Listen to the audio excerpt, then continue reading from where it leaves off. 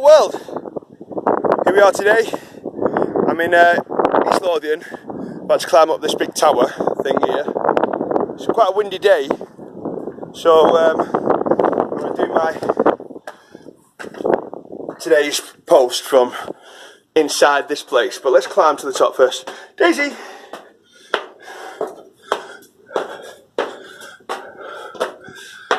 Oh, it's exciting, isn't it? We're going to go right to the very top, have a quick look at the view. I don't know where Daisy is, probably terrified. And then we're going to have a look at the view, and then we're going to find a little spot to talk about the Song of Roland, if I can catch my breath. Yeah, it's quite a high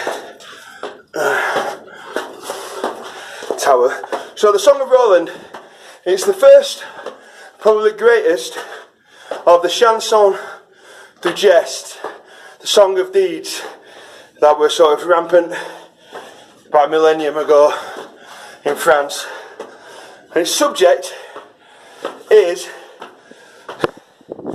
the death of King Charlemagne's nephew, Roland. And the incident happened in like 778. Wasn't that big a deal. Daisy! Daisy! Come on, Daisy! She's not coming. What's wrong, Daisy? Anyway, so Charlemagne, he invades Spain, trying to kick out some Saracens. 200 years later, suddenly, just before the Crusades, in that climate, some anonymous French poet then created the Song of Roland as propaganda for, the First Crusade. And he's actually created, hello Daisy, he's actually created something beyond brilliant. Like, it's one of the first epics of sort of like the Western Europe, post-classical period. And hello Daisy. Are you scared? Listen, I'm going to have to finish off my post, so we're just going to do it like this. Do it in here instead. We never actually got to the top.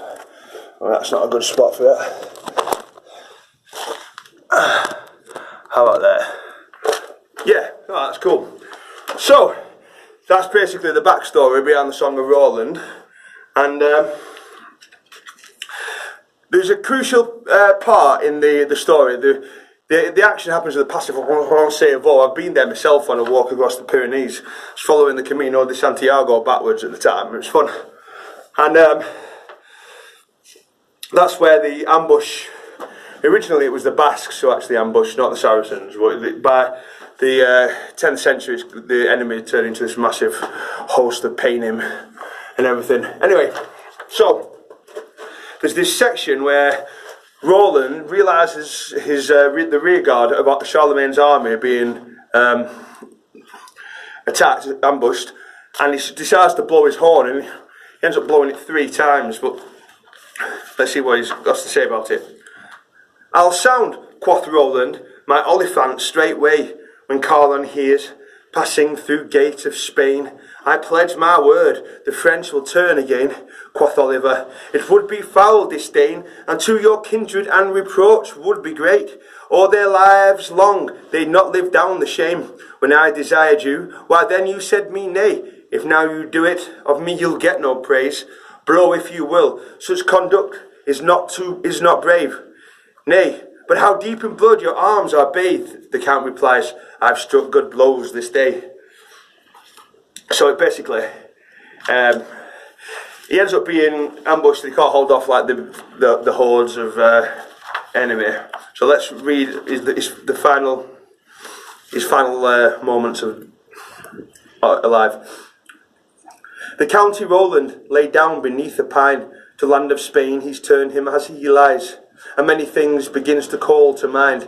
All the broad lands he conquered in his time, and fair as France, and the men of his line, and Charles his lord who bred him from a child. He cannot help but weep for them and sigh. yet of himself he is mindful betimes. He beats his breast, and on God's mercy cries, Father most true, in whom there is no lie, who didst from death Saint Lazarus make to rise, and bring out Daniel safe from the lion's might. Save thou my soul from danger, and despite of all the sins I did in all my life. His right hand glove he's tendered unto Christ, and from his hand Gabriel accepts the sign. Straightway his head upon his arm declines, with folded hands he makes an end and dies.